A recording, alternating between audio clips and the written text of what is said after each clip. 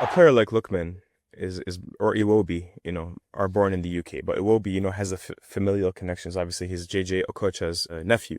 Lookman was not really playing up to the standard that he's playing at over the last 2 years when he was initially called up to Nigeria.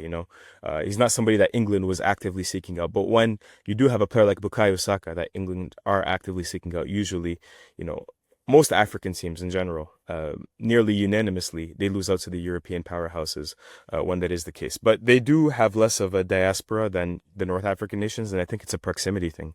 Hmm. We have 4 million Algerians in France. You have probably upwards of 5 to 6 Moroccans in Spain, Belgium, and Holland. So because there's so many of them, even if the countries of birth take the best ones, so for example, Zinedine Zidane or Samir Nasri or Karim Benzema, you can still get a Riyad Mahrez once in a while, or you can still get Rayan Ait Nouri, who's currently playing at Manchester City.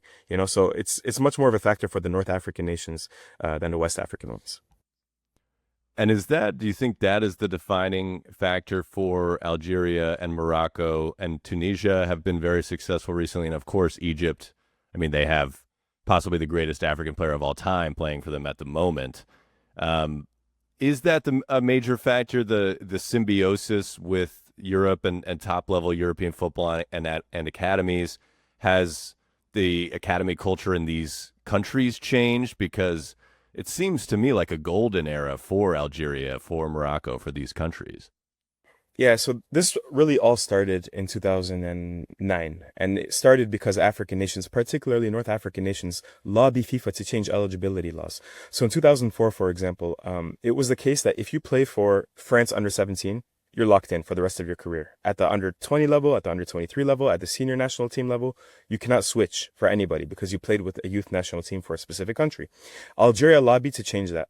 And at the time, Algeria was not very good in 2004.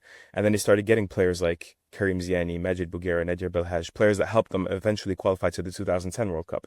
In 2009, Algeria lobbies FIFA again. This time they say, look, if they just play with the youth national teams, that shouldn't count to their senior career. Let them, switch. If it's just France under 17, under 20, under 23, let them switch as long as they're not capped at the senior level. And this was a huge, this was mana for African nations. This was Kevin Prince Boateng at Ghana at the 2010 World Cup. This is players like Hakim Ziyech. It's really, you go through any African nation, you're going to find at least one player that's probably born in Europe that played for European youth national teams. So again, Algeria was leading the charge at that in the Bahamas FIFA Congress in 2009.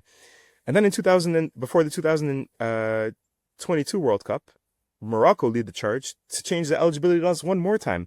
And they were going for the former Barcelona prospect, Munir Al-Haddadi, who was at Barcelona and then Sevilla. I'm not sure where he's playing right now. But basically, he had played one match for Spain, and I think it was a friendly match. It wasn't a competitive match. And they said, look, if you play a friendly match at the senior level and 3 years pass and you're not capped again and you have less than 3 caps, then they should be able to. So you see, North Africans, they're the ones in particular that are really pushing for this.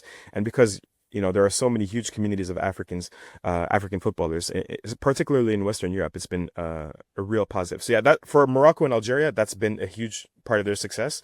A little less so for Egypt. Egypt is more, just 120 million people with very good footballing infrastructure, and they're more in the South African model where they produce their own players at the big clubs like Al Ahly and Zamalek, and they're the ones that are really producing them locally. So ideally, even the countries like Morocco and Algeria will be producing more local talent, and they are trying to do that with pretty good academies. But the success that they've had from 2000 and let's say 5 until 2020 was mostly due to the diaspora.